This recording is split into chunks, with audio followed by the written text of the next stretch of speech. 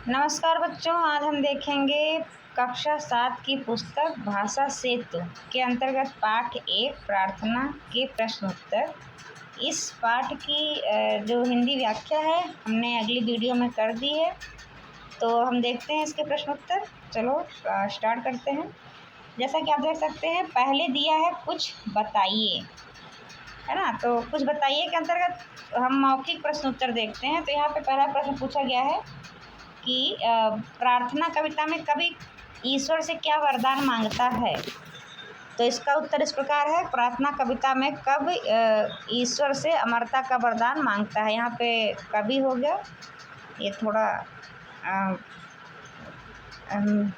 Typing mistake हो गई है, कवि होगा, यहाँ पे वाह होगा, ठीक, ऐसे होगा कवि।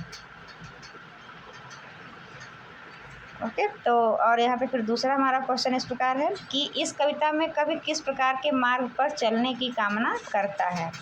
तो इसका उत्तर होगा, इस कविता में कवि सत्य के मार्ग पर चलने की कामना करता है। तीसरा प्रश्न हमारा है, उपनिषद क्या है। तो इसका उत्तर है, उपनिषद हिंदू धर्म का श्रुति धर्म ग्रंथ है। चौथा प्रश्न है हमारा, उपनिषद की रचना किसने की है। तो उपनिषद की रचना वेद व्यास जी ने की है। हालांकि वेद व्यास जी ने जब उपनिषद की रचना की तो उसका जो हिंदी अनुवाद है अन्य महर्षियों ने किया था, लेकिन जो इसके मुख्य रचयिता हैं वो वेद व्यास जी को ही माना जाता है।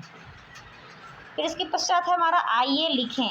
इस प्रश्न के अंतर्गत हम लिखित प्रश्न उत्तर देखते हैं, जो कि इस प्रकार है कि कई यहाँ पर भी देखिए टाइपिंग मिस्टेक हो गई है, यहाँ पे भी होना चाहिए कवि,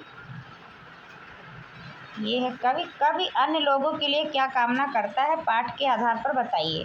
तो इसका उत्तर है, कवि अन्य लोगों के लिए प्रार्थना करते हुए कहता है कि हे प्रभु, इस संसार के प्रत्येक व्यक्ति को सुख शांति मिले तथा सबका जीवन कल्याणकारी बने।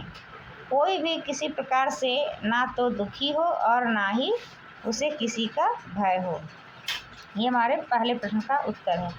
अब आइए देखते हैं प्रश्न संख्या 2, जो कि इस प्रकार है, प्रार्थना कविता का मूल भाव अपने शब्दों में लिखें। तो इसको हम देख सकते हैं, कविता में हमारे लिए सद्ज्ञान, सद्बुद्धि और सद्कर्म के मार्ग पर चलने की कामना की गई है, जिससे विश्व में सभी लोग भय मुक्त होकर सुख व शांति का जीवन जी सके। तो इस प्रकार बच्चों, हमारे पाठ 1 प्रार्थना के सभी प्रश्न उत्तर इस प्रकार से हमने हल कर लिए हैं। अब मैं नेक्स्ट वीडियो में आपको पाठ 2 की हिंदी व्याख्या और इसके प्रश्न उत्तर को हल करके बताऊंगी। Thank you.